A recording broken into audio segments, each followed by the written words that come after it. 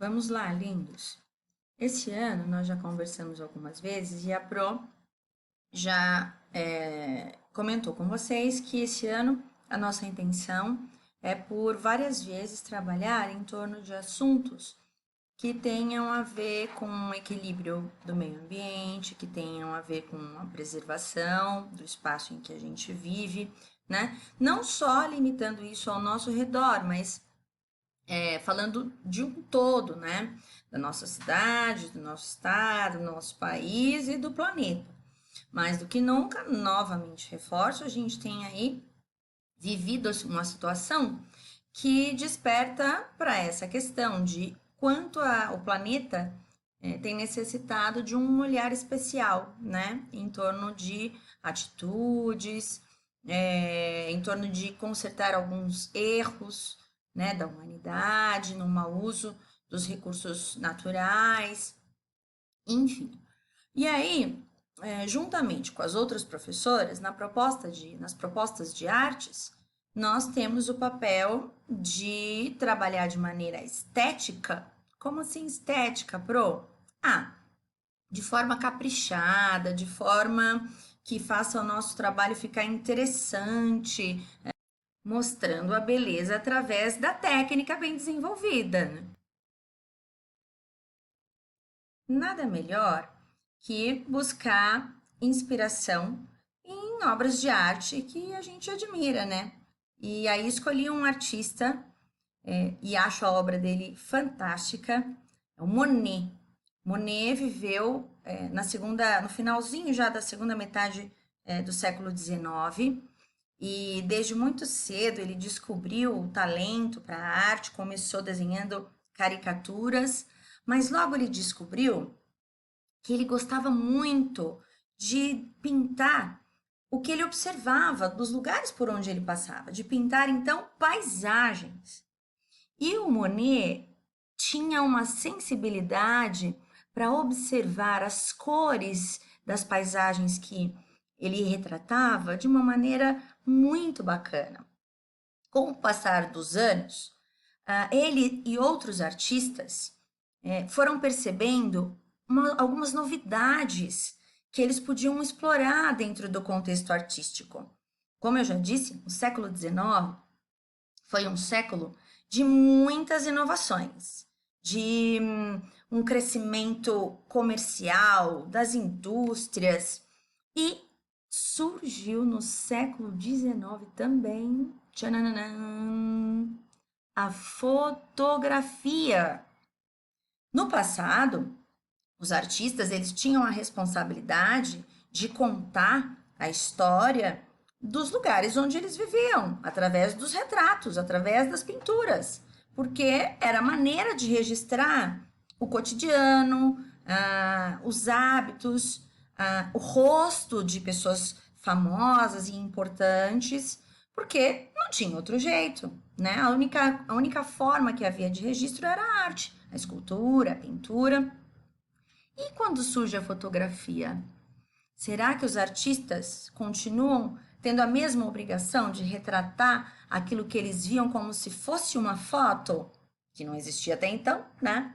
Não, porque aí ela passou a existir e ela, mais do que qualquer outra técnica, reproduz as imagens de maneira real.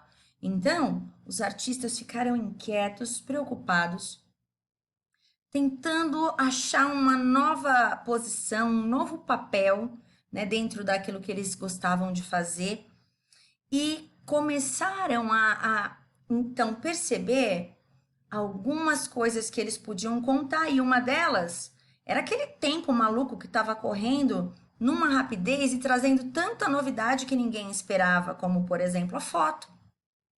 E aí eles começaram a prestar atenção na rapidez com que esse tempo passava e de que forma a luz do dia e da noite mudava as paisagens que eles observavam. Então, eles valorizavam a cor do lugar e eles queriam mostrar esse colorido da paisagem dependendo da luminosidade, do horário do dia, da temperatura, da estação do ano, porque vai mudando, né? Um dia ensolarado É diferente de um dia nublado, com menos luz solar, né? E olha só, esse quadro aí do Monet, por exemplo, uma mulher, uma criança, e aí ele retrata essas flores vermelhas, são papoulas, é o nome dessa flor. E aí ele retrata esse campo, né, esse jardim com as papoulas e essas pessoas, e depois nós vamos falar um pouco sobre as pessoas que ele retratou em algumas obras nas próximas propostas. Vejam só, se ele se preocupasse com os mínimos detalhes, como contornos de olho, nariz e boca, como faziam os pintores um pouco antes, não daria tempo dele captar exatamente essa cor, porque aí, até ele conseguir fazer todos os detalhes, já seria noite, né? Não ia dar mais para ele se preocupar com essa luminosidade que para ele naquele momento era o mais importante. Então ele usa pinceladas rápidas, ele pincela rapidinho para ele poder pegar exatamente as tonalidades que vão fazer com que a pintura tenha a cor que sensibiliza e que faz com que ele sinta aquela paisagem tão bonita. Característica do Monet, das obras de Monet e de outros pintores impressionistas, pintores que viveram nesse mesmo contexto histórico e que partilharam dessas mesmas mudanças. Inclusive, alguns deles amigos de Monet, pessoas com quem Monet aprendeu, outras a quem Monet ensinou bastante de suas técnicas e de suas práticas. E pintando esses ambientes, essas paisagens, ele vai cada vez mais se apaixonando pela beleza das cores que a natureza propõe, que a natureza mostra de acordo com a luz que ela recebe. Até o ponto de metade da vida dele, ele viver num lugar, numa casa, numa cidade chamada Giverny, e onde ele cultivava um jardim muito bonito, muito especial. E esse lugar até hoje é visitado, foi transformado num museu para as pessoas conhecerem não só a parte externa, que ainda é mantida, preservada, do jardim de Monet, como a parte interna, onde tem uma série de quadros e de outras obras de arte que ele foi juntando no decorrer da vida, né? E esses jardins são muito famosos, tem uma divisão entre duas partes desse jardim. É muito famoso esse espaço por conta dessas flores que tanto inspiraram Monet em suas obras.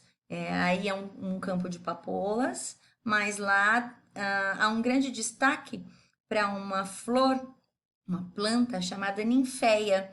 As folhas da ninféia, elas flutuam em cima de água calma, lago, né? A água que tem pouco movimento e crescem flores lindas que são admiradas e por isso são usadas para decoração em todo o mundo. As ninféias foram uma grande fonte de inspiração para trabalhos do Monet.